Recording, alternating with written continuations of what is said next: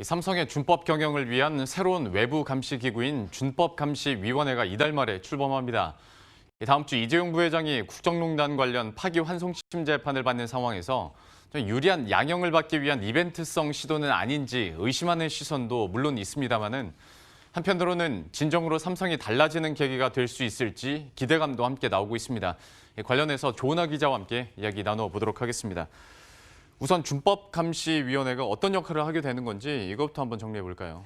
네, 삼성이 준법감시위원회를 내부가 아닌 외부에 만들었다는 점에서 일단 특징인데요. 예. 김 위원장은 준법감시위원회 역할을 감시자, 통제자, 파수꾼 이런 단어를 쓰면서 표현을 했습니다. 기본 원칙은 삼성의 개입을 완전히 배제하고 또 철저히 독자 운영을 하겠다라는 것인데요. 경영진이 의사결정을 하기 전에 먼저 보고를 받고 또 의사결정을 한 다음에도 검증을 해나가는 사전과 사후 모두 다 관리를 하겠다 이렇게 볼 수 있습니다.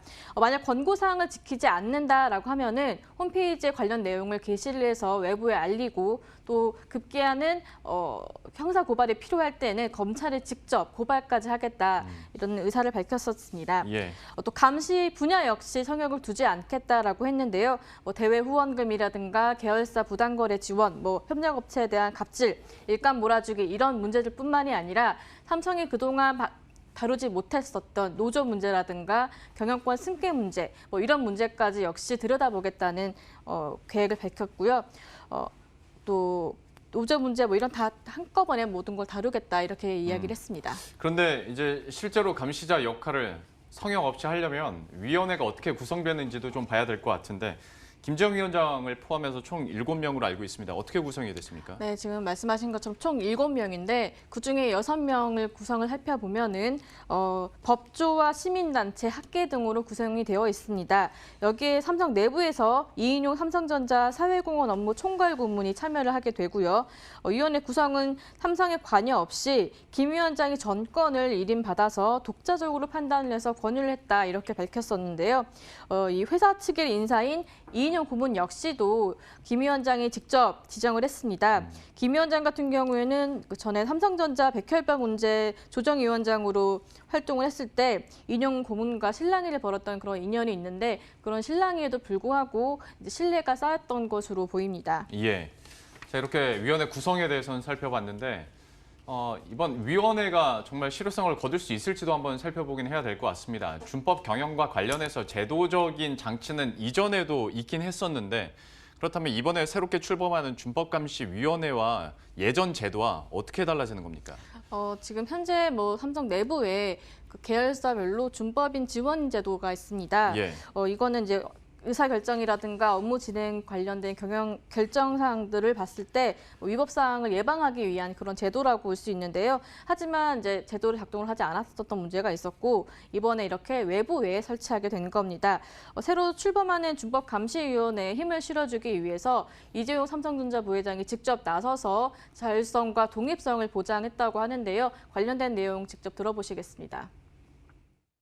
삼성이 정말 진정한 의지를 갖고 있는지 그리고 그런 진정한 의지를 보여주기 위한 구체적인 방안으로서 제가 생각하고 있는 완전한 자율성과 독립성을 가진 위원회 운영에 관해서 정말 확실하게 보장을 해줄 수 있는지는 그룹 총수의 확약이 필요하다고 생각을 했습니다.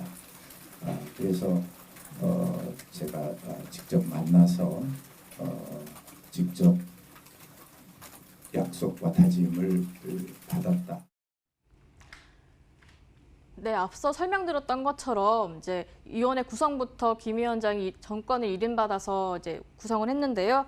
이것뿐만이 아니라 총수에 대한 견제까지도 보장을 받았다라는 점이 특징이라고 할 수 있습니다. 또한 이제 이 위원회가 출범을 이달 말에 하게 되는데 이후에는 이제 각 계열사별로 있는 그 준법인 제도로부터 보고를 받아서 의사결정을 하게 됩니다. 예.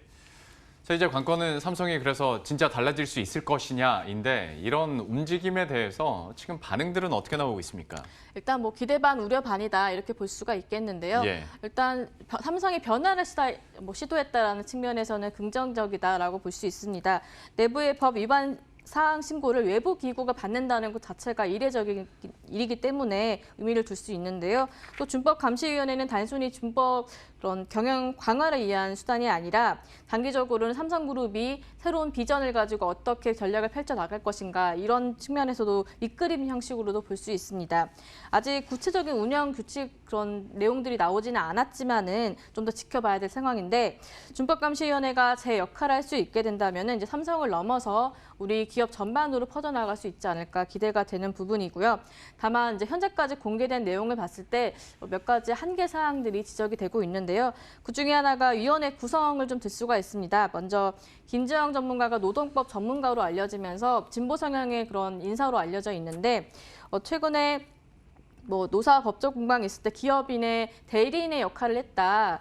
이런 지적이 나옵니다. 먼저 현대기아차 비정규직 불법 파견 관련 소송과 또 노사 갈등을 겪고 있는 유성기업의 소송 대리인으로 등록이 되어 있는데 지금 현재는 유성기업 관련 대리인으로는 빠진 상태고 나머지 현대기아차 관련된 부분에서도 좀 더 고민을 해보겠다라는 의사를 밝혔고요. 또 위원회 구성원 중에서 회계 전문가가 없다 이런 부분도 약간 약점으로 꼽힙니다. 준법감시위원회 7명 모두 법조, 학계, 시민단체 쪽으로 구성이 되어 있습니다. 위원회 측은 이제 각계의 의견을 좀 더 들어서 좀 더 개선을 해나가겠다 이렇게 이야기를 했습니다. 예. 그리고 이재용 부회장이 그 파기환송심 과정에서 나왔었던 재판부의 요구에 대해서도 한번 얘기를 해보도록 할 텐데 그룹 차원의 대책을 요구를 했고 그 일환으로 이제 준법감시위원회가 출범하는 거지 않습니까? 네, 당연히 타이밍상 면피성 이벤트 아니냐라는 의구심은 당연히 나올 수도 있을 것 같습니다. 관련해서도 한번 내용 정리해 볼까요? 네, 일단 앞서 재판부가 첫 공판에서는 이제 과감한 혁신과 내부 준법감시제도 마련, 또 그리고 재벌 체제를 폐해를 시정하는 것들을 주문을 한 데 이어서 지난달 공판에서는 정치 권력이 또다시 뇌물을 요구할 때 어떻게 할 것인가 삼성그룹 차원의 답변을 달라라고 주문을 했었는데요. 이제 지금 새로 만들어지는 준법감시위원회는 이런 주문에 대한 답변으로 볼 수가 있습니다. 이 때문에 삼성이 유리한 양형 사유를 만들기 위해서 면피성 이벤트를 만든 것 아니냐 이런 지적도 나오고 있는데요. 관건은 결국은 삼성이 이 준법감시위원회를 좀 더 실효적으로 뒷받침할 수 있는 그런 의지를 보이고 권한을 주는 야에 달려 있는 것으로 보이고요. 단발성이 아니라 지속적으로 밀고 나가는 그런 모습을 보여주는 것도 중요해 보입니다. 또 삼성의 변화가 기업 전반으로 퍼져나갈 수 있도록 함께 계속 지켜봐야 될 것 같은데 이달 말 출범한 이후의 행보도 계속 전해드리도록 하겠습니다. 예, 지금까지 조은하 기자와 함께했습니다. 잘 들었습니다.